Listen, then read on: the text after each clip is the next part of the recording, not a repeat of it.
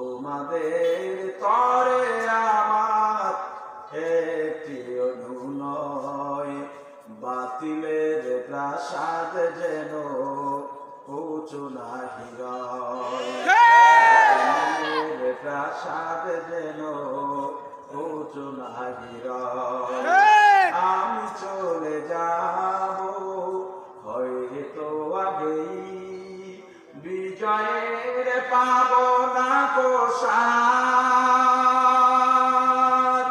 তোমরা শুধু থাকবে অটল, রাজপথ করে অধিকার তোমাদেরই, বিজয় দেখে শান্তি পাবে হৃদয়।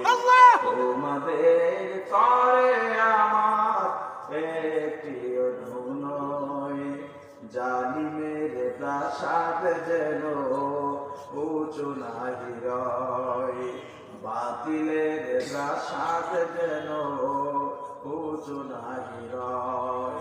ভাই গো আমার, জীবনটাকে গড়াও, রাসূলের সুন্নাত দিয়ে জীবন গড়াও।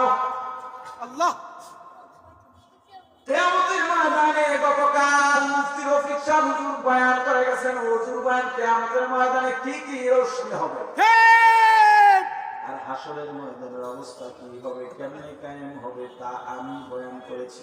ঠিক সর্বশেষ সামনে আর পাবো না, মন্ত্রী মহোদয় হয়তো চলে আসতেছেন।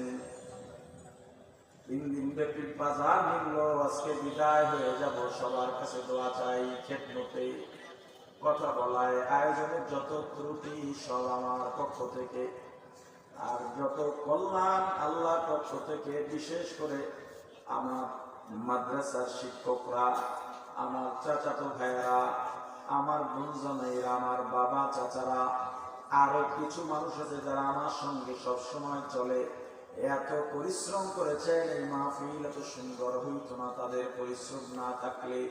তাদের জন্যও দোয়া করবেন। আমি আপনাদের কাছে দোয়া চাই।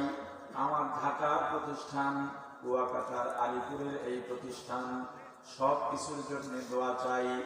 আমার ব্যবসা বাণিজ্য, স্ত্রী সন্তান, মা বাবা, আত্মীয় স্বজন, শ্বশুর শাশুড়ি যারাই আছেন সবার জন্য আপনাদের কাছে দোয়া চাই।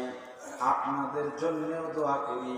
এলাকার ব্যবসায়ী যারা আছেন, পেশাজীবী আছেন, প্রশাসনের ভাইরা আজকে আমাদের অনেক হেল্প করেছেন, তাদের জন্যও আপনাদের কাছে দোয়া চাই। আল্লাহ যেন এভাবে মিলেমিশে আমাদেরকে একত্রে জান্নাতে যাওয়ার তৌফিক দান করে।